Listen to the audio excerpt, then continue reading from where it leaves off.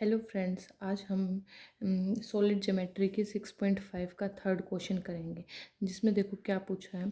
Find the locus of the centre of spheres of constant radius which passes through a point and touch a given line. देखो क्या find out करना है, हमें locus find out करना है किसका, spheres के सेंटर्स का, जिसकी रेडियस क्या है, कांस्टेंट है, और एक पॉइंट से वो पास हो रहे हैं और एक लाइन को टच कर रहे हैं। ठीक है, सबसे पहले क्या करेंगे, देखो जनरल इक्वेशन क्या होती है, द जनरल इक्वेशन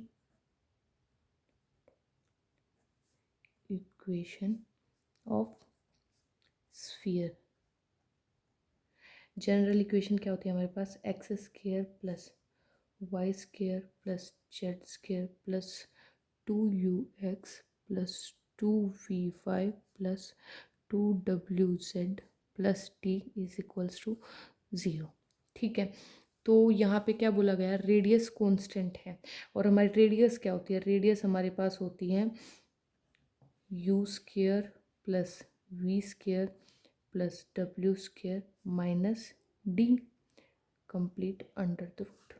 ठीक है, ये कांस्टेंट है तो हम इसको किसी कांस्टेंट के इक्वल लेट कर लेते हैं, लेट के। ठीक है, ये कोई भी कांस्टेंट हो गया। अब क्या कर सकते हैं हम, के को इसका अंडर रूट उधर ले जाएंगे तो के स्क्वेयर हमारे पास क्या आ जाएगा, U square plus V square plus W square minus D. ये क्या आ गया हमारे पास, रेडियस हो गई। तो देखो अब क्वेश्चन में बोला क्या है, विच पास थ्रू अ पॉइंट, वो एक पॉइंट से पास हो रही है, लेट कर लेते हैं हम, let sphere passes through Z axis कर लेते हैं, गिवन पॉइंट ऑन, एक second, find the locus of the center of spheres which passes through the, let z axis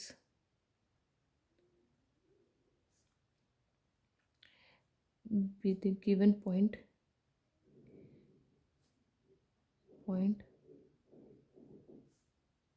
where sphere pass। ठीक है, अब देखो जेड एक्सिस से अगर वो पास हो रहा है तो जेड एक्सिस पे क्या होगा हमारे पास, एक्स भी हमारे पास जीरो होगा, वाई भी हमारे पास जीरो होगा, सिर्फ जेड होगा, जेड को हम लेट कर लेते हैं सी। ठीक है, तो कोऑर्डिनेट्स क्या हो गई, ये हमारे पास 0 0 सी हो गए। ठीक है, इसको इक्वेशन 1 लेट कर लेंगे हम। तो जब इन कोऑर्डिनेट्स को हम इक्वेशन 1 में पुट करेंगे तो हमारे पास क्या आ जाएगा, X 0 Y 0 Z square plus ये टर्म भी ज़ीरो हो जाएगी, ये भी ज़ीरो, यहाँ से बचेगा हमारे पास 2wz प्लस डी, क्योंकि डी तो कांस्टेंट है, इज इक्वल्स टू 0। ठीक है, हमने लेट कर लिया, ये इक्वेशन हमारे पास सेकंड है।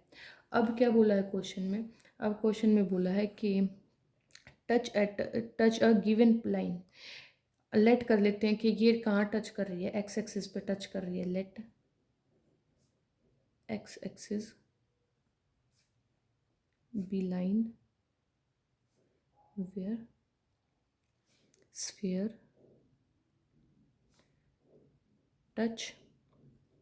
ठीक है, जब ये एक्स एक्सिस पे टच कर रही है स्फीयर, तो हमारा यहाँ से क्या होगा, वाई और जेड क्या हो जाएंगे, ज़ीरो हो जाएंगे, Y is equals to Z is equals to 0।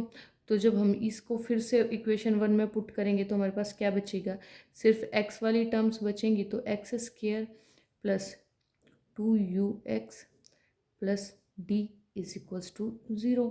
ये इक्वेशन बचेगी हमारे पास, इसको हम लेट कर लेते हैं इक्वेशन 3। देखो अब जब ये लाइन पे, ये कोई लाइन है, जब लाइन पे टच कर रहे हैं तो एक्स की दोनों कांस्टेंट, देखो ये क्वाड्रेटिक इक्वेशन बन गई। अब यहाँ से क्या होगा, एक्स की दोनों वैल्यू क्या होंगी, सेम होगी, क्योंकि ये एक लाइन है ना, लाइन है तो एक्स की दोनों वैल्यू सेम होगी, दोनों वैल्यू सेम होने के कारण इसका डिस्क्रिमिनेंट क्या हो जाएगा, 0 हो जाएगा। ठीक है, तो हम डिस्क्रिमिनेंट कैसे फाइंड आउट करते हैं, डिस्क्रिमिनेंट निकाल के उसको 0 के इक्वल पुट कर देंगे। देखो इस इक्वेशन को किससे कंपेयर करेंगे हम, A X square plus B X plus C is equals to zero. इससे कंपेयर करेंगे और डिस्क्रिमिनेंट कैसे फाइंड आउट करते हैं, D is equals to B square minus 4ac। ठीक है, अब ये डिस्क्रिमिनेंट ज़ीरो है तो इसको क्या करेंगे हम, इसमें वैल्यूज़ पुट करके बी ए सी की और ज़ीरो के इक्वल पुट कर देंगे। तो यहाँ से बी की वैल्यू क्या हो जाएगी 2u, तो 2u का स्क्वायर माइनस 4, ए की वैल्यू क्या होगी हमारे पास 1 होगी और सी की वैल्यू हमारे पास डी है।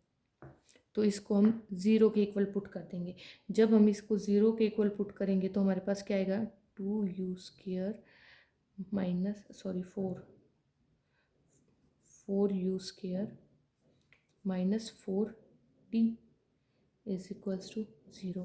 तो यहाँ से क्या आ गया हमारा 4 से 4 कैंसिल कर देंगे, कॉमन लेके इधर ले आएंगे, ज़ीरो हो जाएगा वो। तो d is equals to u² आ जाएगा हमारे पास।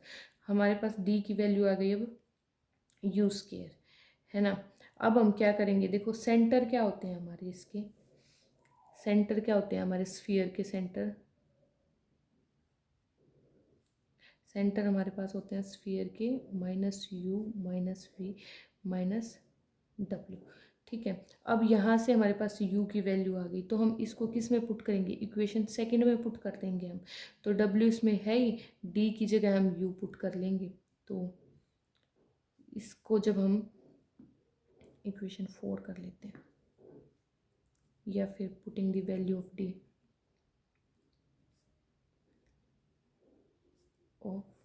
d इन इक्वेशन सेकंड, जब हम इसे सेकंड में पुट करेंगे तो हमारे पास क्या आ जाएगा, जब इसको यहाँ से पुट करेंगे z की जगह पे हमारे पास आ जाएगा c²। एक सेकंड, यहाँ पे हमने एक मिस्टेक की है, हमें यहाँ पे z की जगह पे c पुट करना था, वो तो हमने किया ही नहीं। ये c है यहाँ पे, c और c, तो यहाँ z की जगह पे आ गया हमारा c² प्लस 2wc और d की जगह पे आ गया हमारे पास plus u² is equals to zero.